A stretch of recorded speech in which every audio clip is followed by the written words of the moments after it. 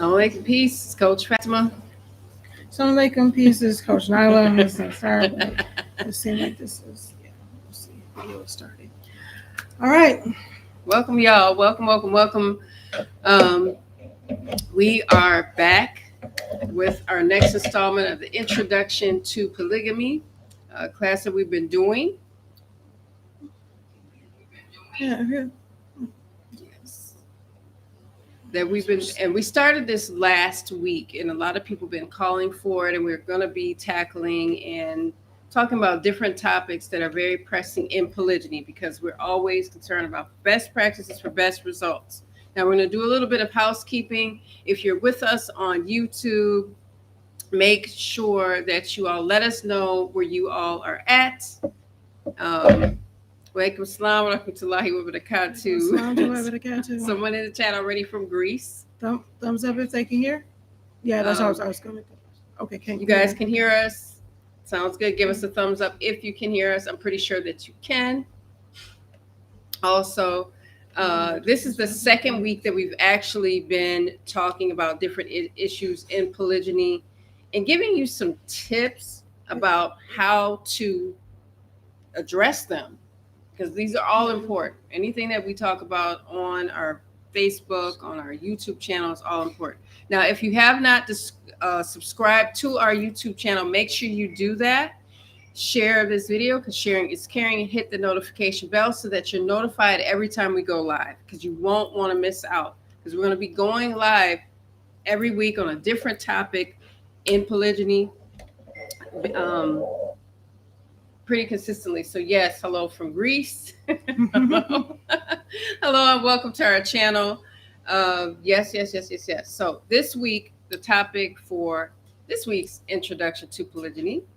Polygyny, now, wait a minute, y'all. Let's get some terms straight first. Polygyny is the practice of having more than one wife, okay? So we know we're not saying polygamy, we're saying polygyny, all right? And men practice that, and in Islam, for those of you that may not know, they can have up to 4 wives. We do not live together, so let's get that out of the way first. But we have our own homes with Coach Nazir, so we do live separately, but we're one big family.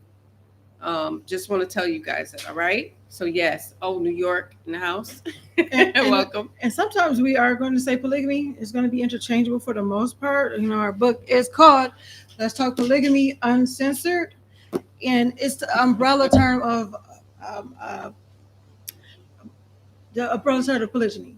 So the spouse being married to multiple spouses, but we practice polygyny.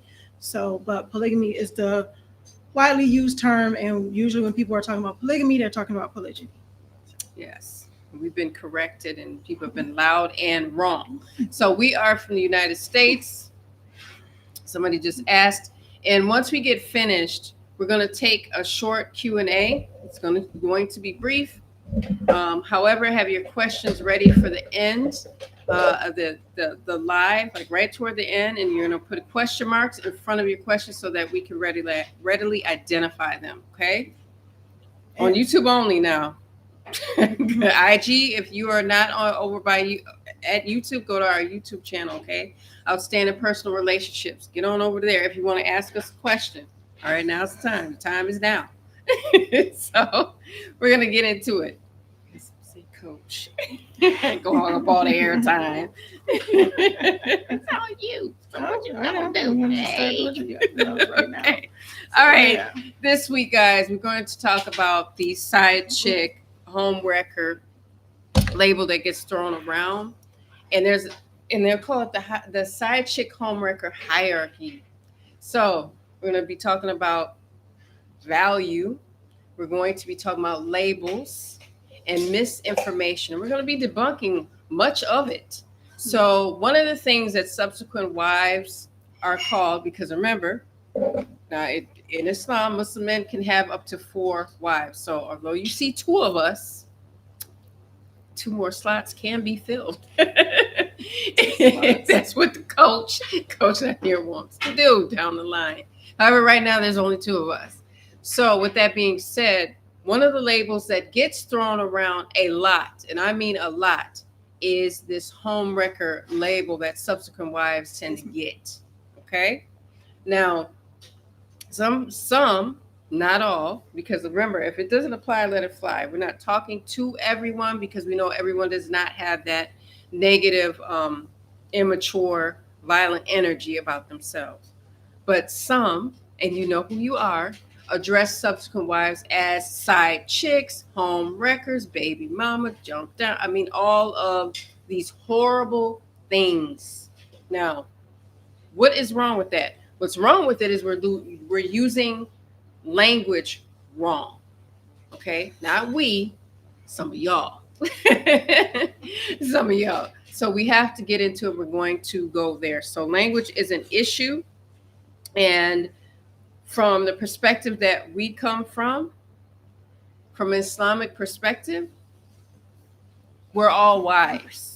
Okay, we're married to our husbands, we're wives. So we don't call each other side chicks, we don't call each other home wreckers. In my darkest hour, I've never used that terminology. Okay, it's very violent, it's very wrong to say. I don't know why sometimes people want to use it to make themselves feel better about their insecurities. That's just some. They think it's funny.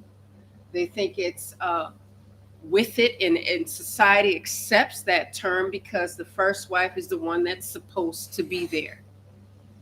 Says who? Says who? Says who? So we're going to get into that.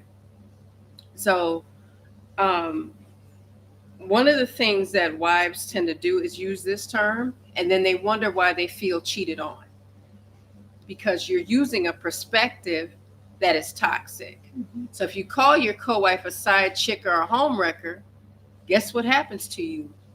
You feel like your husband did something wrong or sinful. You equate it to sin, because what good attribute comes from the label home wrecker, side chick? I don't know anything that's connected to it that is positive. Okay? So typically, we'll see women use this against other women. We don't see the men call their wives home wreckers, side chicks. You see the wives that are there, or specifically, the initial wives will use this term. Okay? Because they are, some, not all, they want to be loyal to their feelings. And their feelings are telling them, because I didn't know something, I didn't choose something, then I feel betrayed. And then we marry that with betrayal, with cheating, and there we have us a good old-fashioned home wrecker. But sometimes the person you think has wrecked your home is not the actual home wrecker. Sometimes it's just you. You're the one in the house wrecking the home. Because you're throwing around these labels, because no man that wants to be, have these actions that are honorable and respected, and he's committed, wants you to refer to any of his wives as home wreckers or baby mamas. Because with a home wrecker and a baby mama label that you all kind of slang around goes, I did something wrong. I did something sinful. I did something dishonorable and disrespectful. And I don't care about family, and I don't care about commitment. So when we say it and the husband gets mad, I don't know why he got mad. Well, you giving his other wife side chick home wrecker energy. Right? So I'm right. I'm right if you don't think I am. I'm right. So I don't care if you agree with me at all. Okay. And I don't. I mean that with my chest. I don't. Because I've seen very good men get dragged down by their own family and their own wives by being labeled, he's a home wrecker, she's a home wrecker, everybody is. So again, I'll just say in my times where I was like, man, I don't like this, or this feels bad for me, or I'm sad, or I'm jealous, or whatever the case may be, have I ever said, and I've stopped people from saying baby mama. Careful, watch yourself, guard your grill. Don't call either one of us a baby mama, So people aren't together, and so that term is appropriate. But when it is inappropriate, it is. Okay, and in this case, we're not baby mamas, we're wives. Okay, and one is not above the other, but we're going to get into that. Just as my co-wife said, definitely. Because the objective here is to dismantle the negative labels that are associated with polygamy, with between wives, between incoming wives, additional wives, even when it comes to initial wives as well. So the main thing is dismantling these myths, dismantling these negative labels and terms that are being put out there. I have to make sure. Yeah. So let's go into the term. What I'm saying. Let's go into the term. Yes, I'm like, I want to. Now, y'all don't know what a side chick is, right? So it's like we know what it is.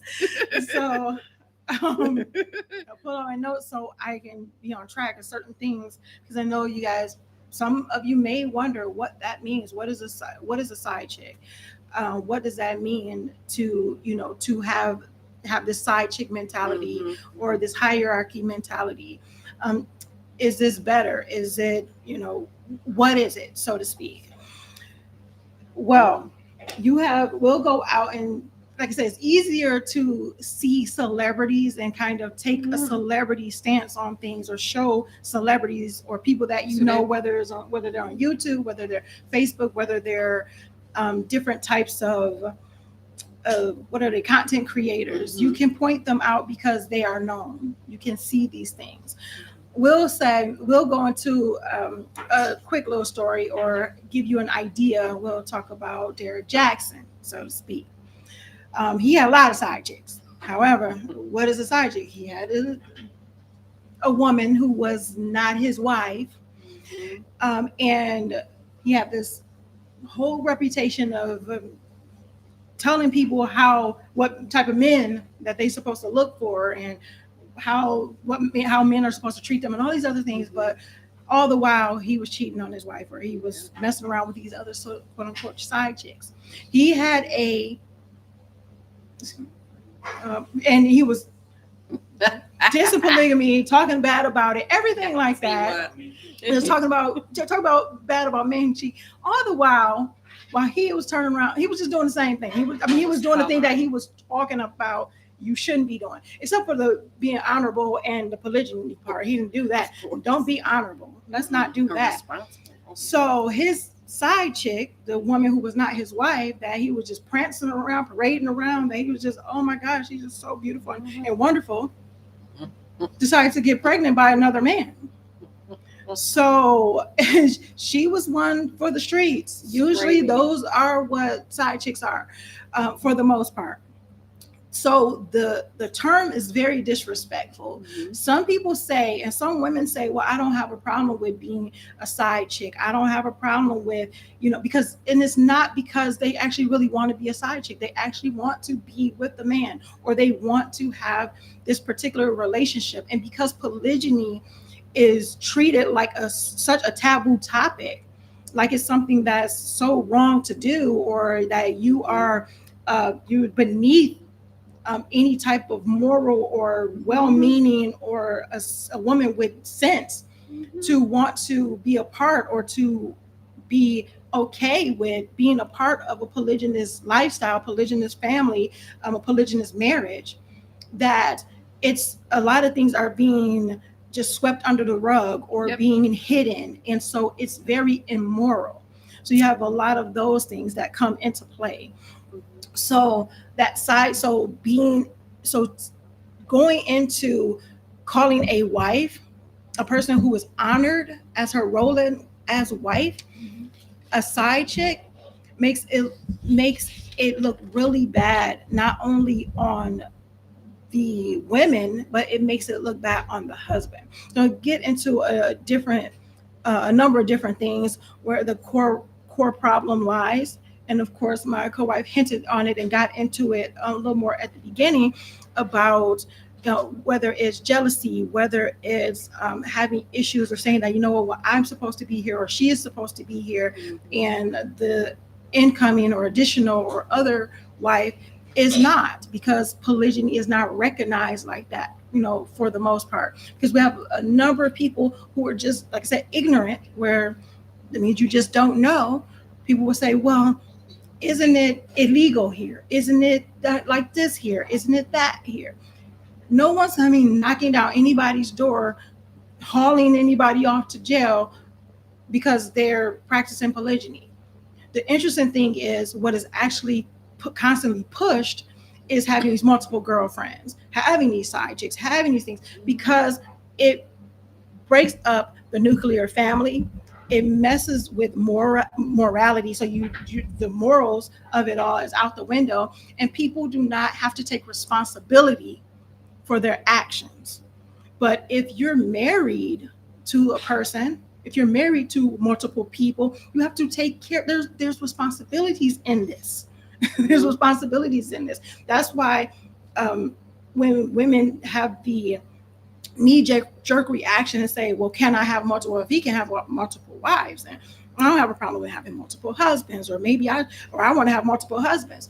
No, you don't. Are you taking care of the responsibility of the one husband? Do you know what that entails? Polygyny is not a pass to just be with multiple people and leave them out to dry. That's not what it is. I've heard a number of people equate it to legalized cheating. That's an oxymoron for morons.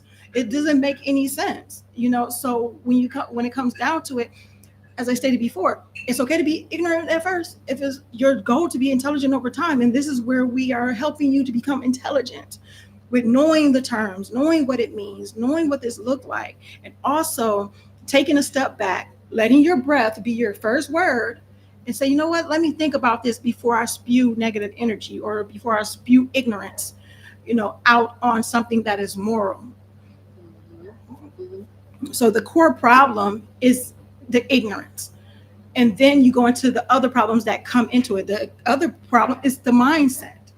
When you have certain things that are feeding into the breakdown of the nuclear family, the tearing up of the nuclear family, where it's okay to say, oh, love is love and gay rights and da da da.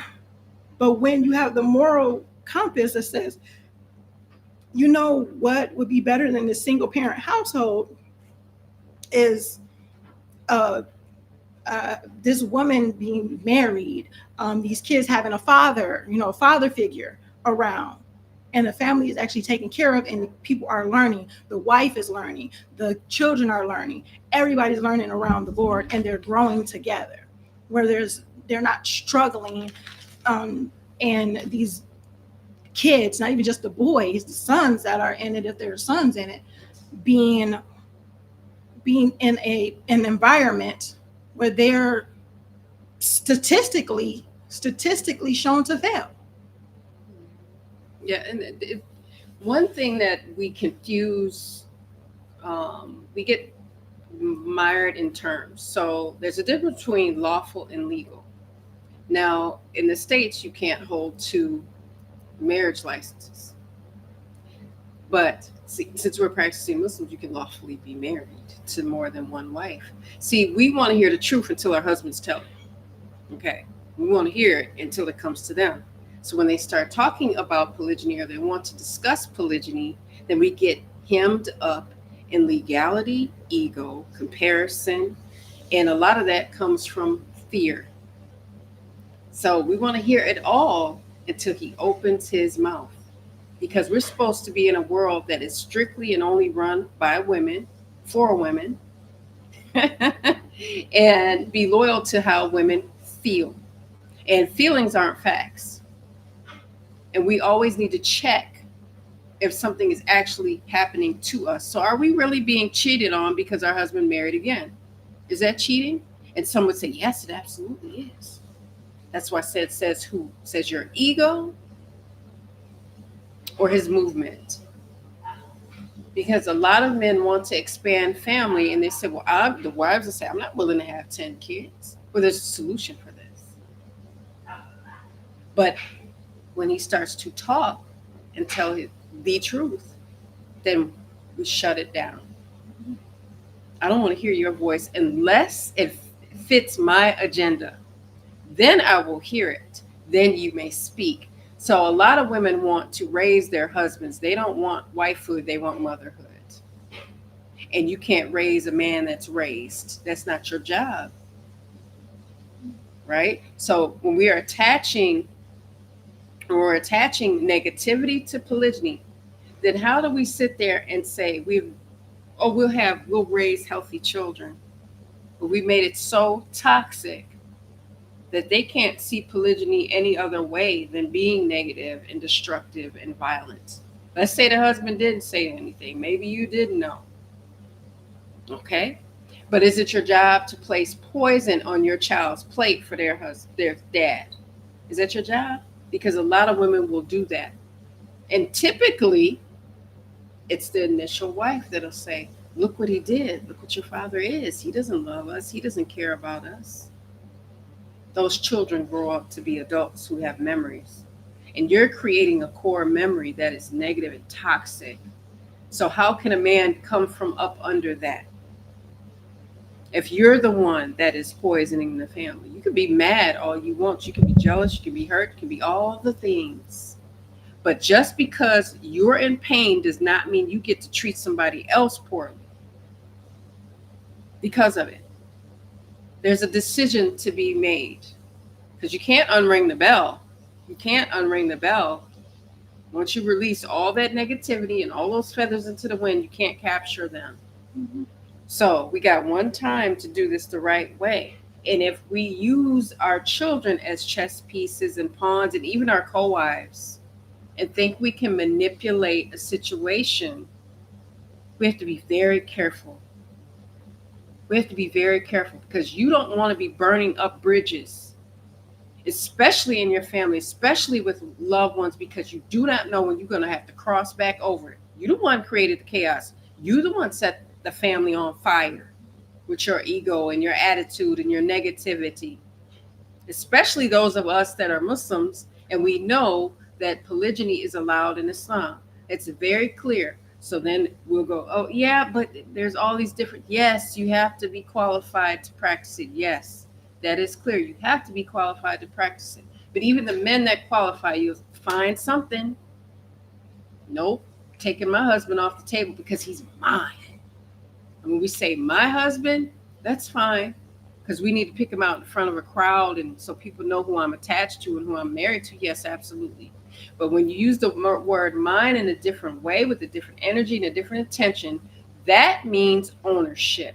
That means you can't move unless I give you permission. Or I want you to live in the dream that I created for us. And you can't deviate from the dream that I created for us. And we've talked about this many times. We started with our dolls. We created the vision, the dream, the fantasy, and all the things. And then we grow up and we want a super duper husband. And then when he doesn't fit that description, then he doesn't love us. He doesn't care about the family and all of that stuff. Meanwhile, we're creating trauma for him, for our family, for our children. It's not just, oh yeah, you did. Look what you did. Look what you did. Look what you are doing. A lot of this is looking inside. So we don't want to be accountable for our actions, but we want to hold everybody else accountable for their actions and say, well, you made the decision, you fix it. Guess what? If he could have fixed it, he would have fixed it.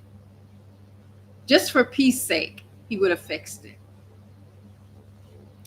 But we tell her, hurry up, fix it. We don't tell anybody else to hurry up and lose the weight we gained. Can you hurry up and get on my weight loss journey so I can lose this weight? You need to do that. You know why we don't say that? Because it's not logical, it doesn't make sense, and it is an impossibility.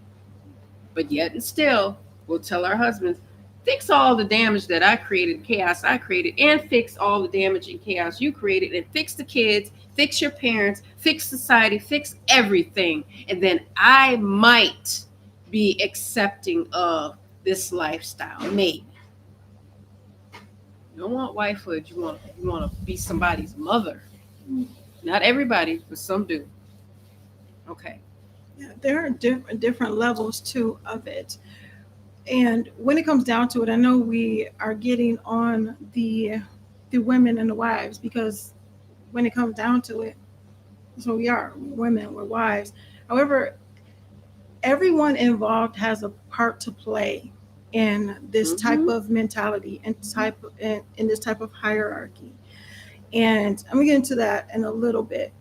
But when it comes down to it, we have to understand that everybody has their particular role to play. Whether it's the first wife, whether it's the husband, whether it's the additional incoming wife, because, well, let me get into it. One of the things is, when the concept of polygyny is introduced, whether it's like my co-wife said earlier, if she knows, if he said it or if he didn't say it, sometimes it's the way it's done. So sometimes things are just done the way they are. Like she said before, like my co-wife said before, she said, you can't unring that bell. So you're still going to continue to act a particular way because you're upset at the way it happened. But we're not going to act like the way it happened could not have been a factor in why things are the way they are.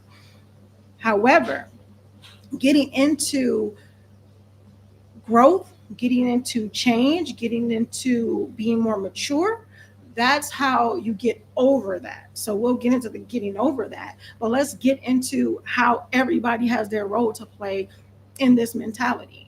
My co-wife got in on first wives. I don't have to I don't have to continue with that. She already talked about it, and that is what it is. We've seen it time and time and time again. We see it in the comments. We see it in emails. We see it in stories, anything where it's like, well, I don't like this. I still don't like it. Oh my gosh. And my girl get a lot of different requests. It's like, well, how do I get past this? How do I get through this? How do I do this? Because I don't like it. I can't stand it. I. And there's nothing taken away from the pain or the hurt or the feeling like you're betrayed or disrespected or anything like that. However, we are adults here. How we handle these things are important. And blaming other people for our actions and how we behave is immature. We're going to go into that in our framework, in the women's frame. The M stands for mature. It stands for maturity. And when women are lacking that part, it makes it really hard around the board to have a wonderful marriage, to have a beautiful marriage, to have a successful marriage. And because you're not having a successful relationship within yourself. So when it comes to that, you got to be mindful of the maturity. Husbands can also create, like we already talked about, how it could have started, how he could have done it, certain type of secrecy, whether it was like, okay, well, I'm not going to deal with this right now, so I'll just wait till the time is right, or you know what, I'm going to do it. I've dealt with a number of different people who dealt with that, and we already talked about our story where it wasn't told immediately and right away and different things like that. So certain things can be a causation of certain feelings. It's a domino. It becomes that. Yeah. And another thing, with that being said, incoming wives, additional wives can also play a role in that, by feeling like you have to fetch and step and fetch it. Yeah. My dyslexia kicked in right there. When it comes to I want people to like me. I want to be needed. I want to be accepted. I want to be this. So it's like, whatever makes it easy for anybody else, whatever makes it easy. Are you okay with me being here? Oh, is she okay?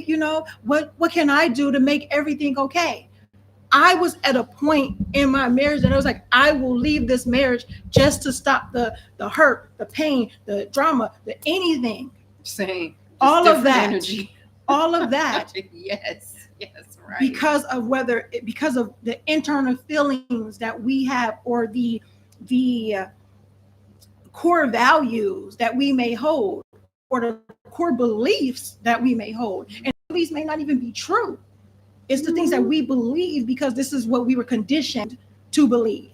I never practiced polygyny a day in my life until and been married into it. This is all new for all of us. No one has ever been in this, and we don't practice it. Right. We never been in polygyny before. Right. So learning that, going through the ups and downs, the highs and lows, that's like people who were married. I don't care if you've been married once, twice, 3 times a lady. When it all comes down to it, it's still a different person. It's still a new experience.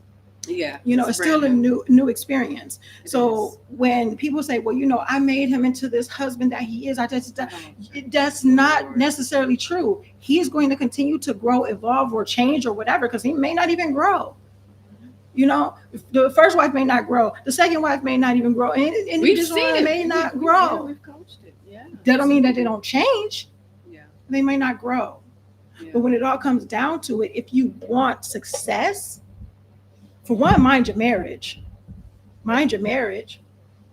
Because even though your husband is practicing, and I'm saying to the wives right now, even though your husband is practicing polygyny, those who are in polygyny, even though he's practiced polygyny, you're still monogamously married to him. So yes, we have to make that clear. You're monogamously married to him, right? Yes. And then, think we are. I'm like, no, we're not. And even though he's practicing polygyny, his experiences are different. I remember in one of the lives, someone made a comment. Someone asked a question about going to different places, and this goes into the whole hierarchy and Sidechick and all this other thing too, where husbands got to be mindful when it comes to trying to cater to the whims of every wife. Will become exhausting. I know how we can be. But when it all comes down to it, a person asks about taking one wife to the same place that he went to with the other wife, or watching a movie, or going to all these different things. And we have to understand that experiences are going to be individual experiences. And if you're trying to find out different places to go to, so this wife don't go to the same place as this wife, you're going to be exhausted. It's going to be it's unnecessary. It's unnecessary. You're focused on your experience. Focus on your memories. Focus on what's going to continue to build your bond. And if you as a wife are so hung up on what he's doing with the other, then you're not focusing on that M in frame, and you're being very immature, and you're not minding your marriage. Yeah, totally. Because if you're so busy focusing on someone else, how are you focused on yours? You're not focused on yours. So as a husband who says, well, I took this wife here, so I'm not going to take you there, even though she may have wanted to see that movie, or she may have wanted to go to that restaurant, or she may have wanted to do these things, but it's like, because she went already, or she don't want me to take you, that takes away your fearlessness. That takes away your masculinity. That takes away a number of things in your frame. And it comes to a point where you are no longer looked at as the man. You're not looked at as the provider, the caretaker, the leader. Mm-hmm. It's important. Like my wife said, it said in a number of things. It said, you can be a leader, but you can't be the leader. You can't be the leader. That ain't gonna work. So just how you all play that, how you can all play a role in the hierarchy mentality, in the side chick mentality. Oh, you know what? That's okay. I'll wait. This is the additional incoming wife. I'll wait. That's okay. I don't want to say nothing. Oh, I don't want to ruffle any feathers. Then you're taking away your role as wife. I've heard someone say before, a number of people, I had to talk to my son about this too, because he's like, oh, wow, I didn't even realize I said it. Because people get so caught up in in the narrative that they forget that it's like, whoa, wives are wives and people are people. So be like, oh, it's like she has first she's trying to have first wife status. First wife status. What the heck is that really supposed to mean? She has first wife status. Now, it's one thing to understand a wife as a wife. It's understand to respect her role as wife.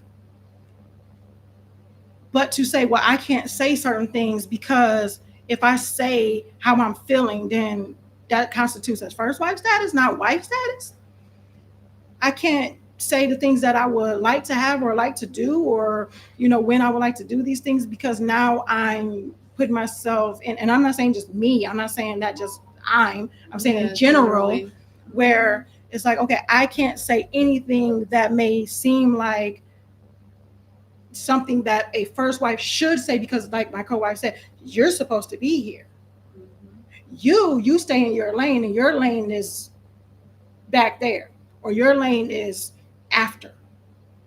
Yeah. Timeline's a timeline. When it comes to it, you can't control the timeline. The timeline is what it is. And it ain't always the timeline that determines what the status looks like. And the reason why I say that, none of I'm saying is one better than the other or anything like that. What I'm saying is you all can be great. You all can be high up there. You all can be amazing, desirable, irreplaceable wives, but you got to work on your frame. Can't be worried about her and what she doing and what she ain't doing, what he doing with her, and these different things like that. You got to worry about what you are doing to build your marriage, to build your relationships. And there will be people that say, well, you know what? Okay, I'll focus on my marriage and everything like that, but I don't want to deal with my co-wife. I don't want to deal with his other wife. And you don't have to. We're not saying you have to. Islam, you don't have to. However, it makes it difficult. I'm telling you, it's going to make it difficult, especially if there are children in the family, because then what you end up doing is letting your ego dictate the legacy. Yes. And that's a problem. And because these kids are still siblings. If you have children with your husband and you share a husband and you have had children, okay, they're still siblings. Even if you have bonus children, they're the siblings of the children you had with your husband. They still matter too. We get goofed up somewhere. What happens with initial wives specifically is there's this superiority over seniority because she's there. So because she's there first, she's superior. So that means she has seniority. Okay, that's not true. That's absolutely not true. Sometimes people goof up role versus rank. Okay, your rank wives versus saying this is the role of a wife. You start settling into teams, because we've been on live events just like this one. I'm team Fatimah. I'm team Coach Nyla. I'm team Coach Fatimah. And one of our subscribers, I remember, they were starting some mess in the chat, and one of our friends on YouTube was like, don't do that. She got in the chat and said, don't do that, because she could see, now you're starting to break off into teams. And this was a while ago. This was some years back. And we're sitting there talking and training, having a good old time, and this argument starts in the chat, because here you go picking teams. This ain't high school. This is real life. We're adults. Coach Nyla was saying that. We're adults. It's so true. Oh. Can you all hear us? You probably still hear it, but I'm going to have to. The battery died. Been past a half hour. Do we got to turn it? Let's see. Should be able to turn it back on and turn it off and on and restart it. Help. Okay, now, IG, y'all, the battery got to get changed out, all right? So, like, we're going to be ending at 8.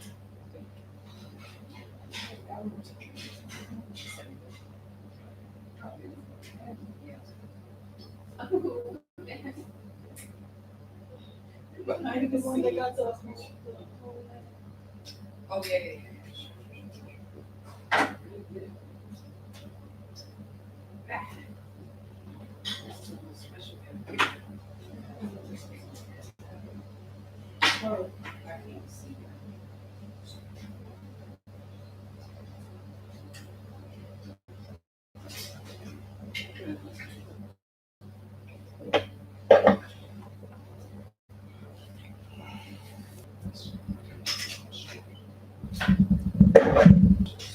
That one's on.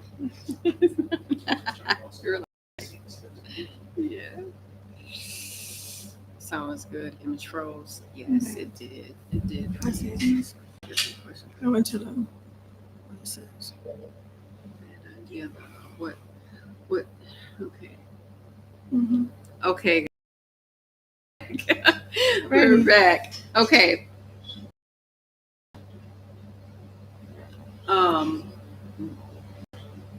Rollover rank is what I was talking about. Okay. So this one time, real quick, I was at the masjid. That's where we go to pray. Okay. And worship, all right? For those of you that might not know. And this sister came up to me and started talking. It was a regular conversation. I said here that I could tell it's going to go toward polygyny because it can't help but do that because I'm sitting there in front of her. So she already knew. And we're not friends, but we know each other from the masjid. And she said to me, well, I'm Team Fatimah, da da da. I don't like this and I don't like that. Never asked her what she liked. Didn't care what she liked. And I don't like this. And she kept telling, and I'm really concerned about that. And I said to her, because it sounded the tone for me, maybe not everybody else, but for Fatimah, sounded a little threatening. And so I said, let me tell you something real quick. I tell you. I said, what we're not going to do and what's not going to happen with this smile on my face is that I bet you one thing, I bet you nobody will touch her in here. I'm talking about Coach Nyla because it sounded like to me that the tone had shifted to something very dark, very negative, because the assumption was that would be something that I want to hear because I didn't know Coach Nazir was married to Coach Nyla. First of all, I'm never going to swing on a woman that our husband decided to marry as a grown man because I'm not married to her. I'm married to him. So the commitment that I have in marriage is not with Coach Nyla. It's with Coach Nazir. Let me be clear about that. So when I heard this threatening tone, I could be sad, I could be mad, I could be hurt, I could be jealous and be all those big feelings and feel all those things at once and make a clear line of distinction and a boundary that I would warn you not to cross any further in the conversation by letting you know that no one is going to touch my co-wife and I'm here. So now she could go out to the world, tell all little friends and all little cronies and whoever else need to hear it. And it was like, oh, okay. Yes, oh, okay. So we know everybody gonna be cool up in here because we're not talking about Coach Nazir. You specifically talked to me about my co-wife and the children that I have and the children that she has are siblings. So that's family, whether you upset about it or not, because you can't be more upset than I was. You can't be madder than me. You can't be more hurt than I am. And I'm wondering where all this love came from for us all of a sudden. Because sometimes women are upset with their husbands and it has nothing to do with us. Absolutely nothing to do with us. But you're willing to feel me out and assume that that's what I would like to hear because I should be mad. I should be hurt. And that should mean I should be violent with my hands and with my mouth and with my deeds. So all of this should leads to a bunch of other BS, but that's for another lie. So creating boundaries and understanding that this is not about rank, it's about our role. And we're wives whether you like it or not. And we'll be wives tonight when we go to bed. And we're going to be wives to the same man tomorrow, inshallah. Right? So when people get upset, they're upset. We've went through a lot. And we've had our discussions. We've had talks. Many talks. Over 15 years of going, okay, we're cordial. We're practicing Muslims. We're not going to disrespect each other. However, we need to talk about some things. So seniority or being here first does not mean that you're superior. It just means timeline. It just means you were married first. That's it. But you're not more important or superior over another wife because you're first on the timeline. Just let's not mistake that.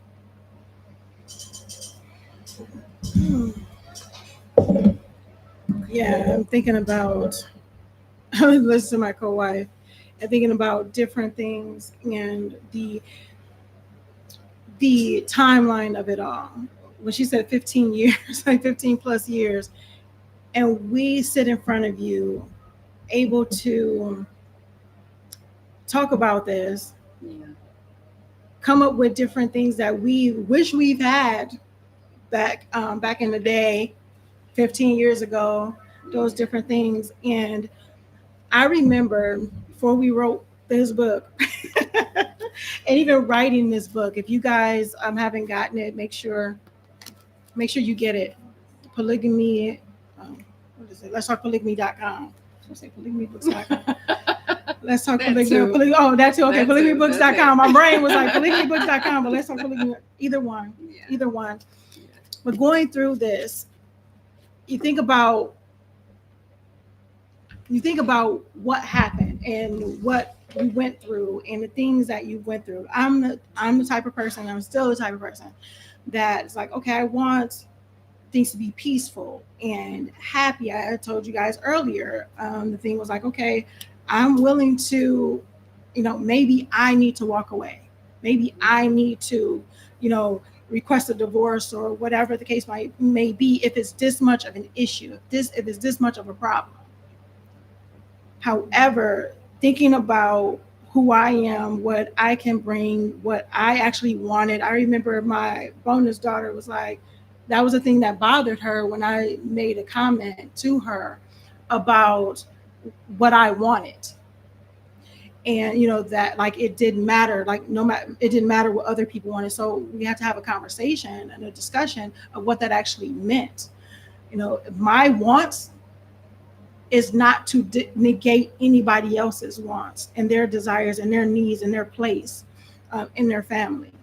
Just like I wouldn't think that anybody else's wants would do the same for me. So it wasn't the easiest conversation to have because you're coming into a place where, and there's a number of things that I have not talked about that I don't give the stories on or that I haven't talked about before because I am of the mindset, and I still am, and I've been of the mindset of my story is not only my story. There's other characters, there's other people in this story. And I want to be mindful of what I say, how I put it across. And it's not to be phony or fake or anything like that, but it's to be mindful of the best way to put it across. So you can actually learn from the mistakes. So you can understand that it's not all sunshine and rainbows and kittens and unicorns and peaches and cream, because even as of 15 years in, there are still new things we are learning, because I stated before that this polygyny thing is new to us. Even 15 years in, 15 plus as of this. Yeah. Is that it is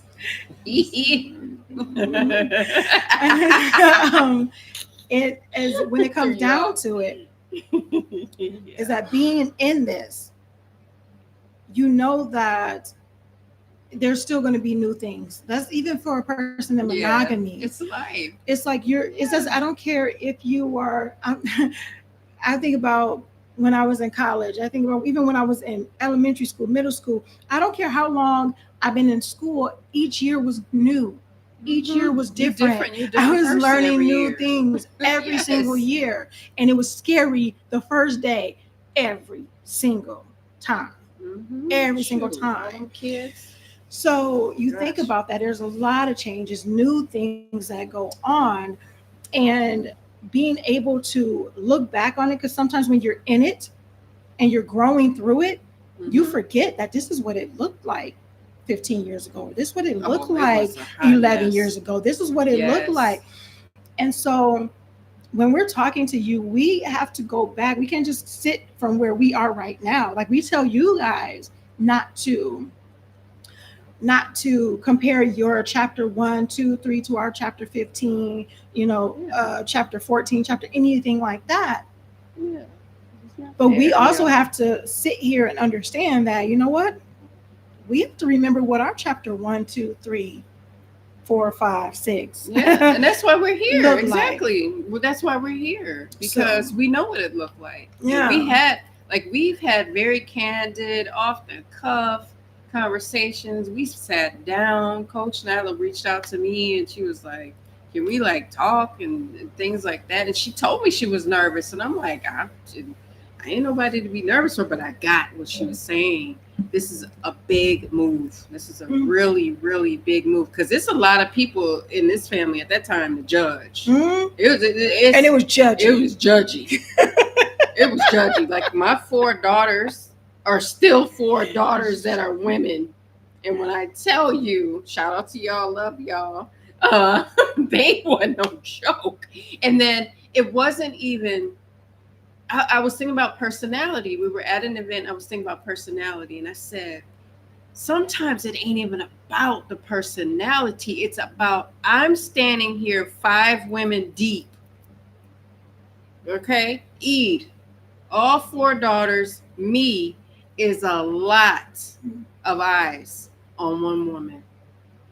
Okay? There's 1 daughter and a bunch of boys. So when you look at the numbers, just us walking toward anyone as 5 women. Sure. Then it was 1 daughter and 1 boy. So. 1 daughter and 1 boy, right? 1 daughter and 1 boy. But the last Eid we all were together before we started world traveling. It was all 4 of my daughters. And I said, dang, the numbers, just us, just me and the 4 girls, got to be rough.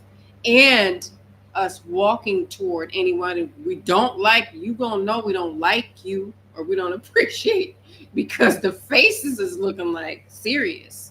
And when you grow up and you have daughters that are intense that way, and you have, they're all introverts. All my daughters are introverts, so they don't wear all this. Ain't no jazz hands, ain't no smiles, not warm hugs, none of that. They're not like that with each other. But I said, even just looking at that coming at you, how would that feel? You know, if you don't meet someone with a smile or you look intimidating, it's not just dealing with the wife, it's dealing with, okay, I got to deal with the girls, I got to deal with the sons, I got to deal with the kids, I got to deal with the stuff. It's a lot of pressure. It's a lot of pressure. So again, you're just saying that polygyny is not just happening to you. It's happening to the family, whether you call them family or not. You're in the same family, whether you want to acknowledge it or not, or accept it or not. You are. And it has a ripple effect. So we have to be very mindful of what we are doing, not just with our husbands, but with the people that he loves, even if you don't love them yet, because you don't know who you're going to need. You don't know.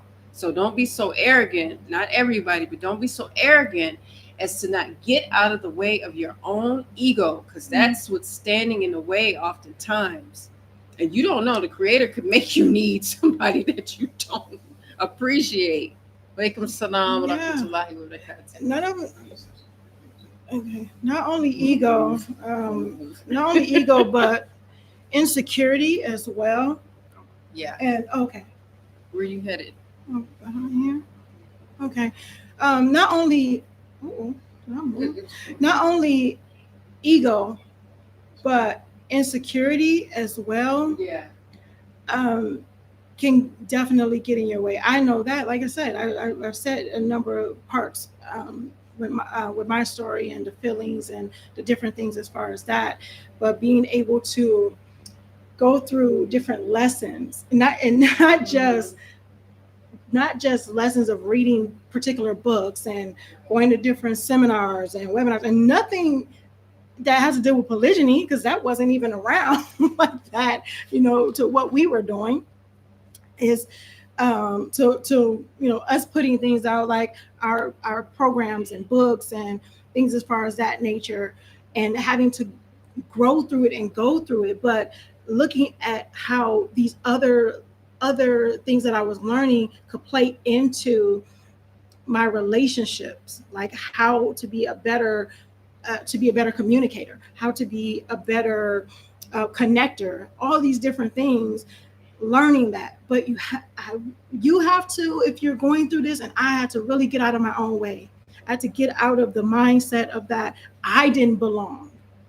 Because the person can say you don't belong all day. If you start to believe the hype and you start believing it, or maybe you already had something inside you because you're confused or you're feeling insecure, that starts to show in your life. And it wasn't until growing through it and learning through it, learning and being able to speak my piece and say the fears that I had, whether it was to my co-wife, whether it was to our husband, whether it was to my bonus daughters, and actually be able to be open with that and get the feedback and understand what was going on, and still learning as I grew and still learning as the years went on. That's what made it better. That's what gave me more peace, because I could be true to myself and still enjoy and mind my marriage, enjoy my marriage and mind my marriage and enjoy my family and help build on this family without feeling that I'm stepping on someone's toes or getting in someone's way. Indeed. Making a small little cameo for those of you who don't know, I'm Coach Nazir. I'm married to these two incredible women who have been speaking with you over almost this last hour. But as I was also listening and trying to work on some things behind the scenes, I had to speak on a couple different things. One, since they're talking about this side chick dilemma thing, if you will, right? One of the challenges is that sometimes it's the men who set the situation up to look like that.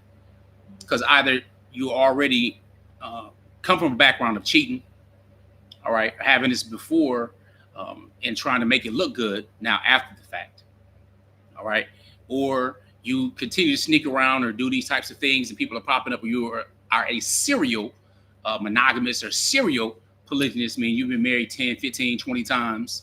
It's like a revolving door type deal. So when they're speaking, we already understand it, but I need to make it known that they're talking about men who are stepping up to practice polygyny in a healthy way.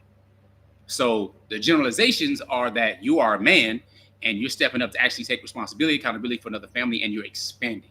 Not just simply, you want to practice polygyny, so they get treated in a certain way and so on. But if you are that individual that wants to practice polygyny or are practicing polygyny, one of the things that we discuss often is having the ability and the courage to have the difficult conversations. Now, if you are not practicing polygyny, this is the perfect time to figure out who you are married to if you're monogamy. All right, very important. Many people won't know until there is pressure, until there is a challenge, until there's a discussion about polygyny, who they married. You might recognize that you are married to a devil, somebody that's actually evil. Or you may recognize that you're actually married to somebody who is at a higher level, somebody who's actually going to bring you peace. Why do I say that? I say it because there are a number of women, even in our comments, that make comments like, you know what, I would rather he never marry again, but he cheat every day of the week. All right, that's someone who does not care for your soul. Others like, well, I'll just give him a hall pass, or he could just cheat and have a girlfriend on the side and so on and so forth, or have a mistress. He wants to build a family. He wants to operate with morals, actually caring about his soul, but you not knowing that you're sleeping with the enemy if she has those type of thoughts. So even if you don't intend to practice polygyny, it's good to find out who you actually married to, because until that pressure or that conversation occurs, you really don't know. All right. There are differing dynamics, of course, in polygyny that require you to be more as a man. But when you set things up in a fashion to not do it or keep things totally separate, like some people do that, and they know their wives better than I know their wives. I'm not married to them. I'm married and chose well knowing that I married women who are going to be mature to begin with. Some married just post-pubescent females where they look like women and they are women from the outside, but internally, emotionally, and mentally, 8, 9 years old, still operate within the cliquish and the mean girl mentality from high school. All right, look, it is what it is. We know that, unfortunately, wisdom does not come with age. So with that being said, as a man, you have the responsibility to lead better. And I'm talking to you now being married to Coach Fatimah for 15 years in monogamy, and now 15 years in polygyny, and married to Coach Nyla in 15 years, of course, in polygyny. Right? That's 30 years of marriage, and another 15 years of marriage. That's a lot of marriage. That's a long time. But I'm speaking to you from a position of having experiences, having a number of different challenges, and I knew that I had to step it up on my end with my vision and moving things forward and actually leading better in order to get to a better space in polygyny to talk to you right now. In order to talk to you and in this book, if you already have it, again, we're talking about it because we need resources. We were looking for resources, didn't have them. There were Yahoo groups, there were people that talked about this and that. There was a bunch of continuous shaming and guilting. Meanwhile, the society is like, okay, it's all right to have as many boyfriends and girlfriends and lovers as you want. But so when you talk polygyny, it's all about having a strong man lead and grow and build. That's a threat, now that's a problem. So anyway, with that being said, not going to this whole big old lecture, but I want to at least mention that when it comes to the men, to set things up in a fashion that your vision can go ahead and come to fruition and you lead stronger, even though that is going to be uncomfortable for you. Now, there is a question that was asked that says, what do you think about the initial wife being part of the vetting process of the next?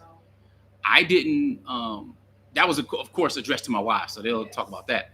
I don't agree with that. They might know what you like so far as how somebody may look and stuff like that, but you will be the one that's married to that person. We have too many experiences with clients and people, some women that form bonds and friendships, and then some didn't work out, or some were friends and they're no longer friends. All kinds of other stuff that can happen when it comes to that type of situation. Again, not a blanket thing, but best practice is that he need to find his own wife, all right, and allow his current wife or wives to be whoever they are so they can mind their own marriage, because until that person becomes a wife, they just outside of that. So with that being said, I'm gonna go ahead, fall back, and I'm gonna wrap up anyway shortly. Y'all cut off the mic to there or something? What's that called? The mic? The mic. This is going to IG. I want to go, because we didn't go into the Q&A, just in case there's some questions above.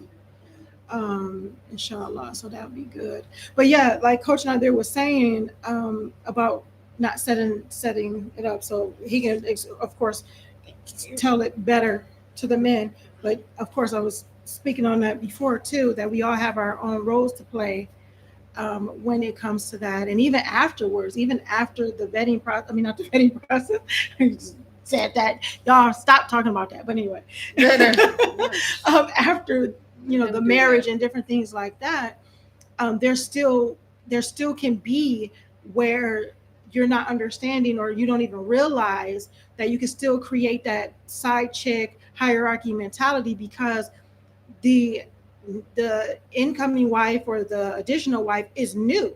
Like, she's still new. So you're used to what you're going through and what you have been going through, not even the negative stuff, but you understand feelings and different things like that. And you don't want to hurt your first wife and those things.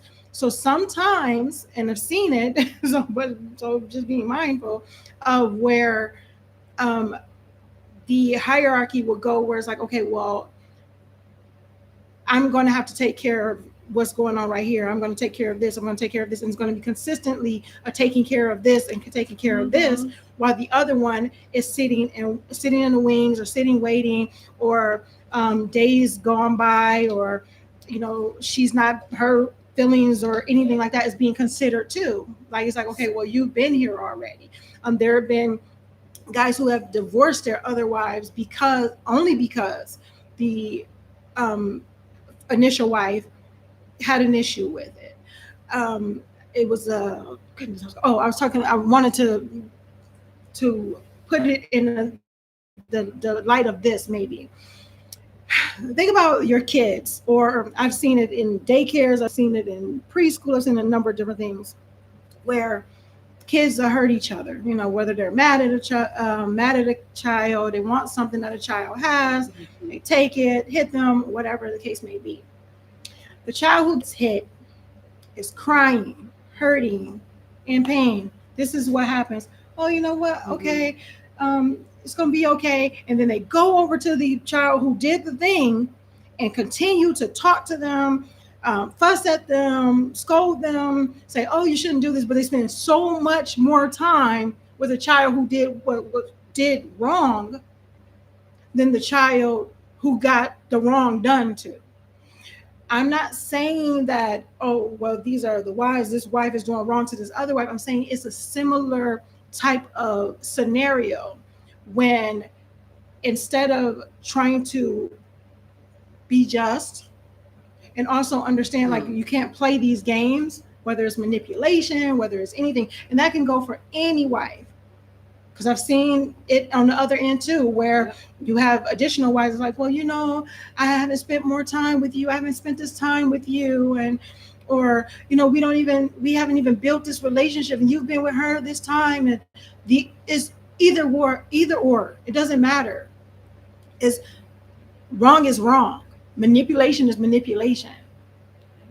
And by the husband being the leader, being the head, that can set the tone for how the relationships will run. Like we talked about earlier, and it was mentioned that, no, you don't have to be besties. We're not saying you have to be besties. And it's like, well, you don't even have to speak to each other. You don't have to know each other like that. That's understandable. You really don't. However, what does that family dynamic look like? He's like, well, what if? Let's do the what if. What would it look like? Would it be better or worse? If I don't know her, she don't know me. Someone will say, well, I'd be better off. We'd be better off if we don't know a family dynamic. But you don't really know. And it's like, what is your real reason? Is your real reason you don't like the person just because they exist? That they're married to the same man you're married to? Did this person do something wrong? Can they change? Have they made effort to change? Have you had a conversation? Are you mature about it? You say, well, I'm upset right now. Or are you being passive aggressive? Or you say, well, you know what? I have an issue with you. So it's different things. And we go into it in our trainings. We go into it. It's definitely in our book, Let's Talk Polygamy Uncensored, when it comes to working on that maturity, working on that area of frame. And we go into the whole thing with the femininity and respect and all of that, and respecting your family, respecting each other. You're also respecting your husband in the process. Oh, I didn't turn it off. I hope it didn't die. I didn't turn nothing on. It could have died. Okay, mic check, y'all. Had to check on our mics. So we're gonna make sure you can hear us, okay? Sure. I believe you can now. All right. Sorry about that, y'all.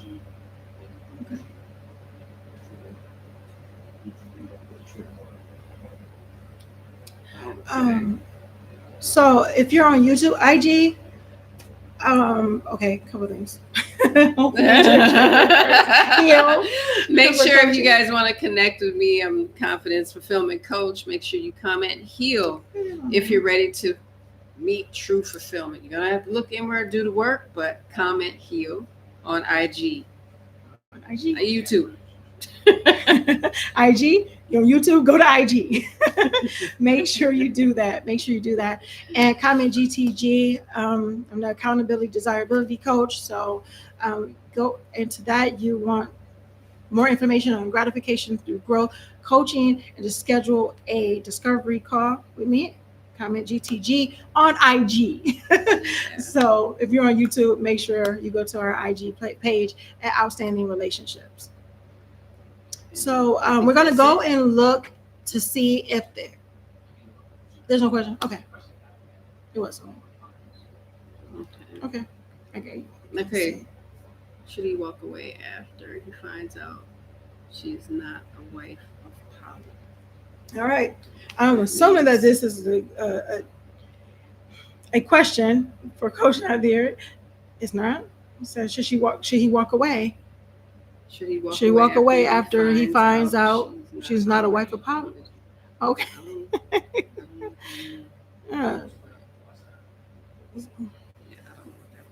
Okay.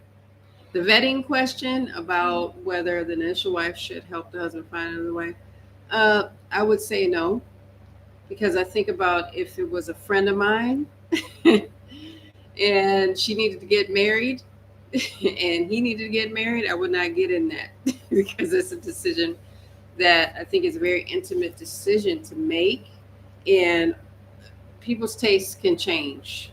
So wives get hemmed up in this thing and say, well, I know his type.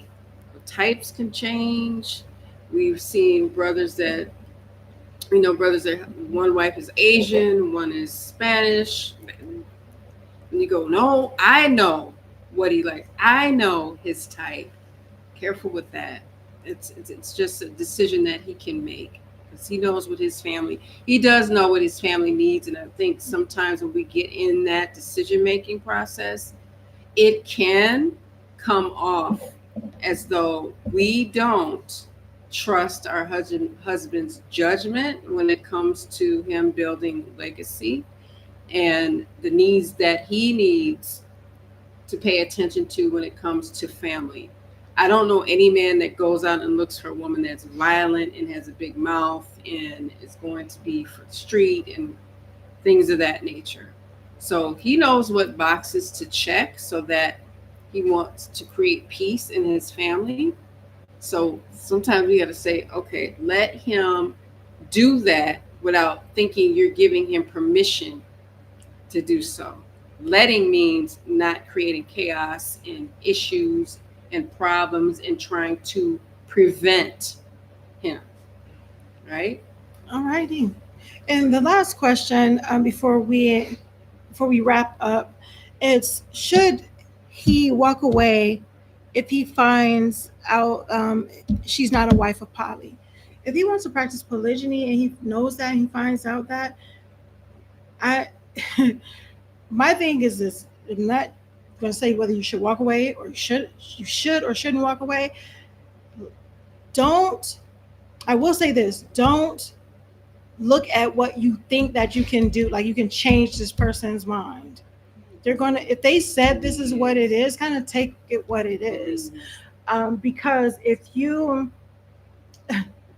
I remember being told a man convinced against his will is of the same opinion still. And if the person starts later on saying, you know what, well, maybe I will, maybe I could. And then next thing you know, he's okay, well, they said, but at first that's what they said. And they told you that they weren't a wife apology, or they showed that they weren't. And usually is the actions speak louder than words part. And you think that you're going to change that. And you have the drama. You're setting yourself up for drama. I'm just going to let you know you're setting yourself up for drama. I don't care how cute, how, oh, she got this money, she got this dodge, she just the status, just the family, whatever the case may be. If this is something that you actually really want, what you really, really want, and then this is what happens, just understand that it was already, the signs were already there. All of them flags was in play. There's all emotion. And also, I would tell men, like I tell my son, some men start off and tell their wives they're not going to practice polygyny. If you can avoid that, don't do that, because you don't know who you're going to be later on in life. Mm-hmm. So you don't, especially with men that are Muslim, they'll say, well, I would never do that. Don't start out that way. Just say, I don't know. Because when you do that, then that gets everyone's attention in a good way, because then they'll say, listen, my husband has room for change just like I do. It's not going to stay the same. Nobody stays the same. And we talked about that earlier. Coach Nyla was talking about that earlier.